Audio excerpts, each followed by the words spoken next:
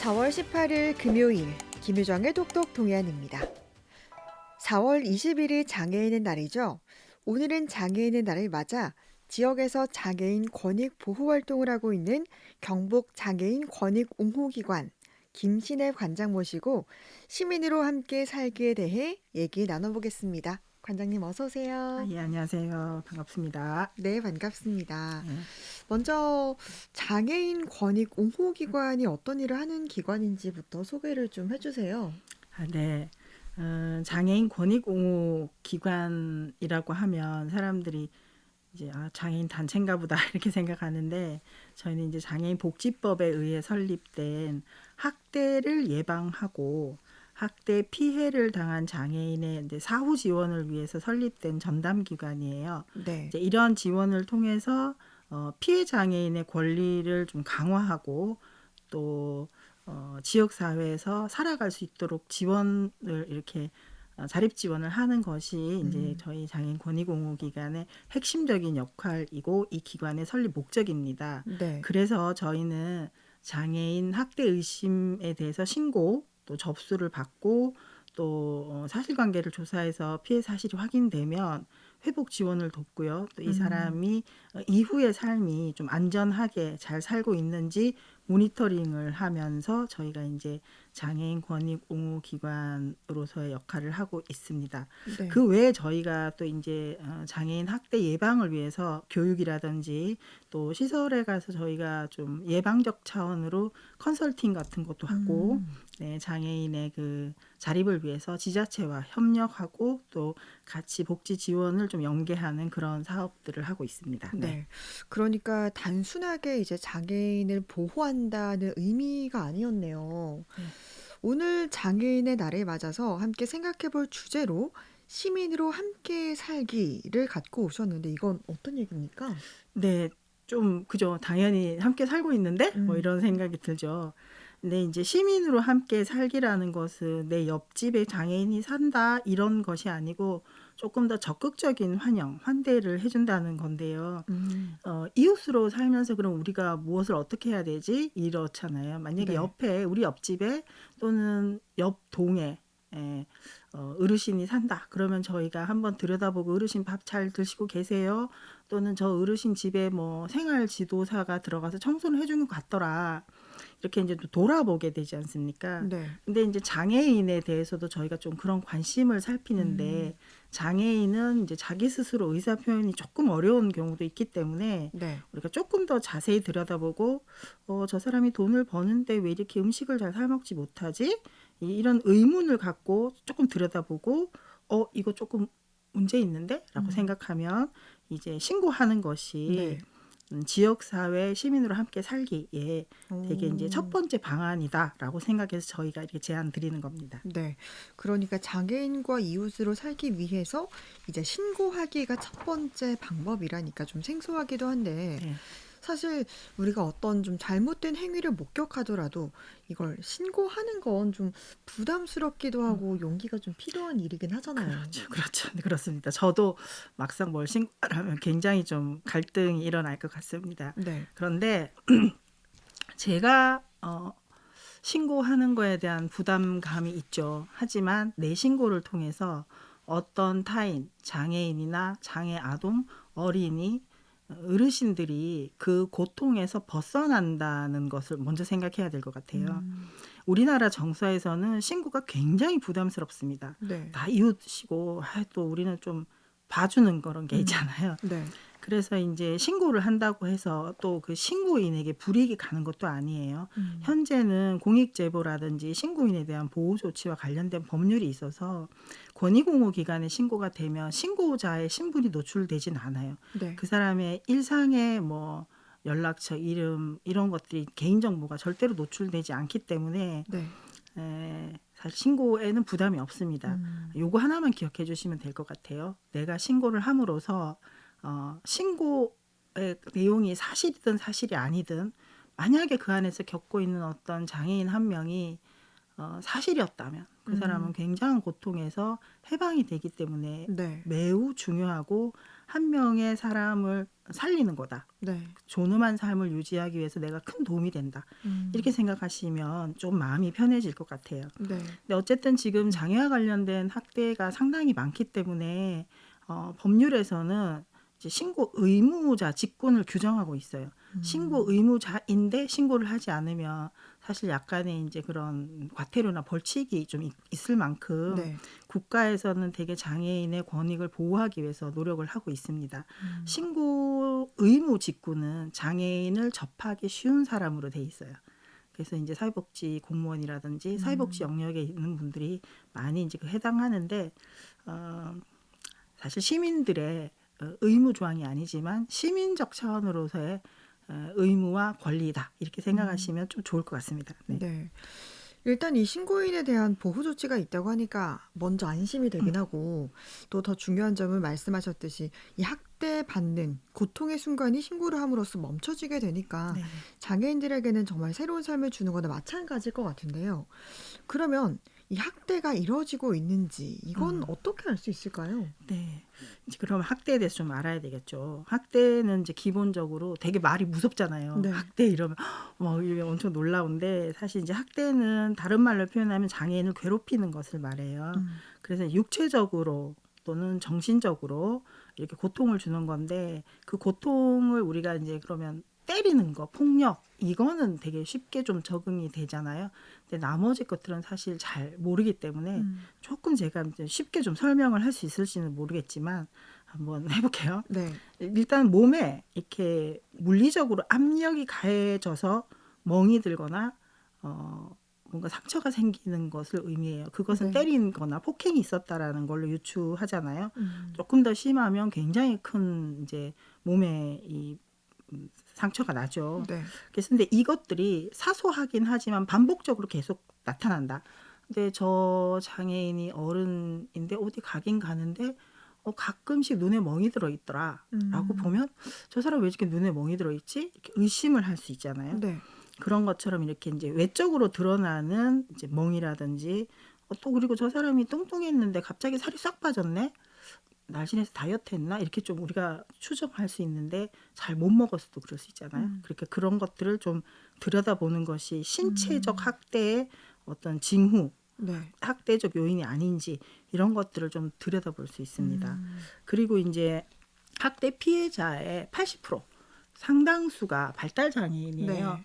그래서 지적 자폐 범주성 장애인이라고 보는데 이분들은 이제 자기에게 가해지는 어떤 행위들이 학대인지 나를 괴롭히는 건지 이런 것들을 잘 인지하지 못하고 인지하더라도 누가 나를 때렸다라고 표현을 잘 못하세요. 네. 하기는 하지만 우리가 또 잘 알아듣지 못하는 경우도 있습니다. 그래서 이제 이분들의 의사소통이나 이분들의 어떤 표시를 해석하는 것이 또 저희 기관의 굉장히 중요한 역할이고 그걸 위해서 또 저희 기관이 이제 존재한다라고 보시면 되는데요. 네. 그래서 이제 신체적 학대는 이런 식으로 좀 인식되고 판단을 할 수 있습니다. 네. 근데 이제 제일 중요한 것은 아까도 말씀드렸지만 이 의사소통이나 이런 행동들을 우리가 판단하고 해석할 때 과정이 이제 우리 장애인 권익공호 기관에서는 조사라고 하게 됩니다. 네. 경찰이라든지 공공기관에서의 그런 뭐 보조금이나 뭐 이런 실제로 공적인 영역에서의 조사는 경찰이 수사권을 갖고 있으니까 우리에게 조사할 수 있는 대상은 경찰밖에 없거든요. 네. 근데 민간 기관이 조사권을 갖고 있는 데가 권익공호 기관이에요. 그래서 저희는 장애 학대 신고와 관련해서는 공식적으로 조사를 할 수 있는데 네. 그 조사에서 가장 어려운 점은 이제 사실 정서적 학대예요. 이 정서적 학대는 피해자가 내가 힘들어, 내가 고통을 당했어라고 하면 그 깊이와 강도 그리고 행해진 그 수적인 그런 것들과 전혀 별개로 네. 정말 본인의 마음이잖아요. 네. 그러니까 저희가 이제 그런 것들에 대해서는 상당히 이제 많은 부분 이거를 밝혀내기 위해서 교차 검증을 한다든지 이 사람의 가해지는 그 트라우마가 어느 정도인지 그런 것들을 잘 이제 확인하는 그런 작업을 하게 되는데 어쨌든 장애 당사자가 느끼는 감정이 매우 중요하다. 또 하나 예를 들면 의사소통이 매우 어렵고 목소리가 작게 나오는 어떤 특정 장애인이 있는데 네. 이 사람이 외적으로도 굉장히 왜소한 신체를 갖고 있어요. 근데 이 사람이 이제 뭐 지역사회 리더라고 할지라도 어, 우리가 느끼지 못하는 신체적인 그렇잖아요. 아나운서님에게도 저처럼 굉장히 등치가 크고 목소리가 큰 사람이 막 큰 소리 지르고 다가가면 위축되는 건 사실이거든요. 그런 것처럼 그 사람이 느끼는 감정은 전혀 우리가 알 수 없기 네. 때문에 조금 정서적 학대 부분이 이제 우리가 음. 유의하게 지켜보고 있는데 최근에 이제 이런 게 되게 많죠. 그러니까 행동 수정, 행동 중재, 뭔가 긍정적인 행동을 해야 돼, 바른 행동을 해야 돼라는 의미로 훈육을 네. 하게 되는데 이 훈육이라는 것 자체가 어른 장애인에게 타당한가 이런 걸 한번 음. 생각해 볼 필요가 있는 것 같습니다. 네. 네, 이렇게 이야기를 해주셨는데 뭐 신체적인 폭력이라던가 또 정서적인 학대에 대해서 말씀해 네, 주셨잖아요. 네. 이런 부분들은 그래도 조금 들어서 알 것 같은데 그러면 그 외에는 또 어떤 행위가 학대가 될 수가 있습니까? 그렇죠. 이제 요새 최근에 이제 가장 급격하게 또 늘어나는 게 이제 경제적 착취죠. 음. 경제적 착취는 두 개로 나눌 수 있어요. 실제로 돈을 뺏는 네. 것과 그리고 이제 일을 시키고 돈을 주지 않는 아. 것이에요. 네. 그러니까 경제적 착취는 실제로 돈을 뺏기는 것과 내 노동력을 뺏기는 네. 것으로 이렇게 이제 생각하면 됩니다. 최근에는 이 사이버 범죄나 또 SNS 뭐 이런 이제 범죄가 굉장히 늘어나고 있잖아요. 네. 그래서 이러한 피해들이 계속 늘어나고 있기 때문에 이제 요 부분에 대해서 저희가 상당히 이제 집중해서 조사를 하고 이 확인하는 기술들을 갖고 있고 경찰하고 협력해서 이런 이제 사이버 앱이라든지 이런 것들을 통한 사기에 대해서 대응하고 있습니다. 네. 이제 근데 이 속도를 따라갈 수 없죠. 또 성인 발달 장애인들이 우리보다 오히려 더 이런 시각적 자극, 휴대폰 앱 같은 거는 더 능숙하게 사용하는 분들도 많아서 네. 사실 피해가 좀 늘 이제 조심해야 될 우려성이 있고요. 최근에 또 늘어나는 거는 저희가 이제 경북에서 고령 노인 장애인 가족도 많고 또 이제 장애인 당사자도 스스로 신변 처리나 건강하게 음식을 먹고 일상생활을 유지하기 어려운 이제 연령대로 자꾸 넘어들어가다 네. 보니까 유기 방임학대가 있어요. 이 유기 방임학대는 보호자에게 해당되는 건데 나도 늙어서 내 몸이 힘든데 내 자녀까지 돌보기가 상당히 어렵고 근데 의외로 많습니다. 그래서 이런 부분은 이제 복지 지원을 좀 탄탄하게 만들어서 네. 이런 학대 방임에서 해방 뭐 해소되어야 되나 이런 것들을 저희가 좀 필요하고 저희가 이렇게 맞춤형 지원을 하기 위해서 노력하고 있습니다. 네. 네. 그러니까 뭐 신체적, 정신적 학대뿐만이 아니라 네. 이렇게 경제적 학대와 또 방임도 네. 학대 행위다라고 말씀해 주셨는데 이렇게 학대 행위를 우리가 알게 됐을 때 앞서 말씀하셨듯이 신고해야 한다라고 하셨잖아요. 이런 걸 다시 한번 깨닫게 됐는데 그럼 우리가 어떻게 어디에 신고를 해야 되는 겁니까? 그렇죠. 네. 네, 이제 전국의 번호가 똑같습니다. 음. 전국의 번호가 1644-8295. 음. 1644-8295 빨리 구해주세요 이런 뜻이에요. 아. 그래서 이제 1644-8295 하면 전국으로 다 전화가 가고 네. 그 지역 위치에 따라서 경북은 경북 기관으로 전화가 울립니다. 네. 네, 그리고 이제 그냥 전화하실 때는 054-282-8295 네, 282-8295 이렇게 하시면 되고 저희가 위치는 포항에 위치해 있지만 네. 이제 경상북도 전체를 지금 저희가 이제 활동을 하고 있기 때문에 언제든지 전화해 주시면 됩니다. 네. 일단 신고를 하면은 알아서 해주시는 거잖아요. 예, 그죠? 신고하면 네, 저희가 접수하고 담당자를 배정하고 이제 상담 조사를 하면서 네, 피해 지원을 하게 됩니다. 네. 마지막으로 또 당부하고 싶은 말씀 있으시면은 해주시죠. 네, 이제 저는 이제 장애인과 관련된 일을 하다 보니까 장애인이 실제로 이제 시민적 어떤 권리를 갖고 있는가에 대한 이제 의문을 늘 하게 되잖아요. 근데 사실은 장애인이 어떤 육체적으로나 또 정신적으로 뭔가 도움이 필요한 지원이 필요한 사람이면 틀림없어요. 네. 하지만 우리가 그 사람 자체로 봐야 되는 거지 어떤 손상의 대상, 이 사람이 결핍의 대상으로 본다면 우리가 장애를 바라보는 그 인식이 여전히 보호의 대상으로밖에 보지 않거든요. 그래서 우리 이 사회에서 요구하는 사람과 사람과의 관계 에너지가 음.